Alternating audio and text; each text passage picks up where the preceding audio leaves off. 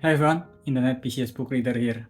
Today I want to talk about Miss Kim Knows and Other Stories by Cho Namju.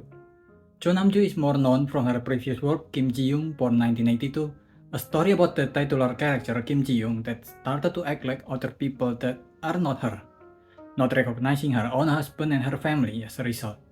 While telling the story of her present alternatively with her past, we see a portrayal of the experience of sexism in South Korea through her and her surroundings. It is an amazing debut work that has been adapted into a movie, which I have not watched, but I really enjoyed the book and I heard from friends that the movie is amazing. So maybe check those out if you want to. She's also written Saha, which is a dystopian novel that is such a departure from her first book. I've covered it previously if you're interested in checking it out. But we are now talking about her third book, which is a short story, with 8 stories in it. It is closer to her first book Kim Ji-young than her second book Saha, with a lot of theme on different varieties of sexism in modern South Korea that is touched on every chapter. While they all share these commonalities among them, the short stories are told in such a different way with much different characters that they never feel repetitive. Also, this might just be me, but because of the title Miss Kim Knows and because there are a few characters in the story called Miss Kim and Leslie because according to Wiktionary? What the fuck? I didn't even know that site existed. Okay, according to Wiktionary, Kim is the most common South Korea surnames. The combination of all these somehow makes me think that there's someone with the surname Kim in each story since not everyone in the story had their surname mentioned. Let me know if anyone feels the same way, so I didn't think that I was the only crazy one for thinking about this. Anyway, besides the possibility about their all having the same name, all of these stories are very different from one another. Each character have different age group, backgrounds, and experiences. And this somehow managed to bring a more rich stories, where each stories make them more fleshed out as you read through them, where Kim Ji-young is a bit lacking. Let me give you a few examples. In the first story, Under the Trees, we follow Dong-ju, an already older younger sister of the family who went to visit his older sister and the oldest daughter of the family, Kyung-jun, who had an Alzheimer. And through this visit, we got to know their history as Kim-ju's Alzheimer moved them to different time of their life. The second story is Dead Set, told the story of a nameless female writer. She's having a reunion with her high school teacher, Miss Kim, a person who has saved her and pushed her into writing when they were in high school, and have turned into one of her haters. Next, Runaway is about a family who one night gathered to discuss their 70-year-old father who have run away from home. Then the story Miss Kim Knows is about a fresh graduate that worked in a nepotism and incompetent company that recently fired someone named Miss Kim and how everything in the company started falling apart without Miss Kim. Dear Yunam Opa is a letter from an anxious college girl to dump the titular manipulative boyfriend.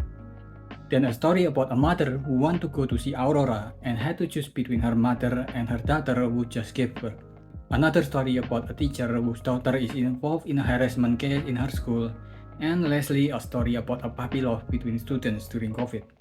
The variety of the story are just nuts. The second story, Dead Set, for example, could easily be a glimpse into the author's own experience with her success with Kim Ji-young born 1982, based on some of the surface similarities in the story, like how the work of the author in the story sparked a conversation about women issue in South Korea. But unlike her first work Kim Ji-young that have a lot of trigger warnings, I think in this book only the 7th story grown-up girl have the story about the girl's experience on the school from the boys' sexual harassment because of boys will be boys that are unchecked. Other than that, although every story have some element that still touch the same issue with being a woman in South Korea, it is delivered with a lot more optimism compared to Kim Ji-young. A little bit of spoiler for Kim Ji-young. The story ended with basically no one learning a damn thing despite them figuring out the experience that drove the titular character into madness. It's a great tragedy, but it is also a portrayal of the world in a somewhat pessimistic point of view. But that's not the case in this book. For example, at the first story, the character Dong-ju eventually realized that with new generation, there will come a new understanding who will know better on what to do, and a huge part of this realization comes from the grandson of Kyung-ju, who despite being the youngest is also the one with more empathy even when compared to Kyung-ju's own children. At the fourth story, I think Miss Kim just wins the story despite being fired from the company. At the fifth story, you can feel how light and free the main character felt when dumping her boyfriend by calling him a rat bastard, even through a letter. And as last example, in the story with the trigger warning I mentioned above, the 7th story, Grown Up Girl. At the end of that story, the family stood up together to get the W despite their generational differences. Honestly, every story can be enjoyed as it is, but there are also stories that can be expanded into a longer story and turns into a novel.